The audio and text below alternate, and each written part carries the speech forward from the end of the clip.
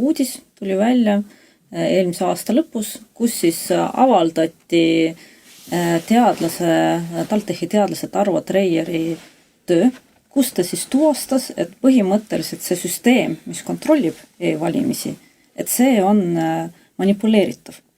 Et näiteks ta testis erinevaid ründeid, näiteks tegi selliseid asju, et muutis e-hääli, süsteem ei näinud seda, et süsteem luges kehtivaks näiteks e-hääle, isegi siis, kui hiljem hääletati paberiga, et ikkagi süsteem võttis e-hääled arvesse, samuti näiteks süsteem ei näinud seda, kui tühistati vale e-hääl või kui lisati nii-öelda kummitus, lisahääl ja kui teadlane sai sellest teada, saatis ta selle info ka valimisteenistusele. Aga mis tuli välja, oli see, et valimisteenistus oli sellest asjast teadlik juba eelmise aasta veebruarist.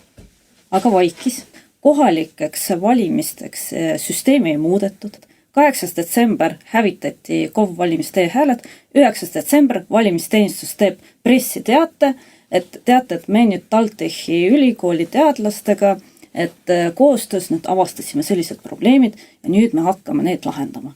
Ma küsisin, et kas audiitor, kes meie kohalikke valimisi auditeeris, kas tema oli teadlik nendes ohtudest? Ja alguses vastus oli, et muidugi ta teadis, sest see oli avalik info.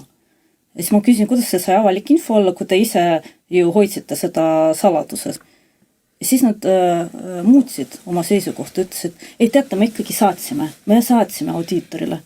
Aga tegelikult see, kuidas see kõik välja nägi, et ei tundu väga usaldusväärne.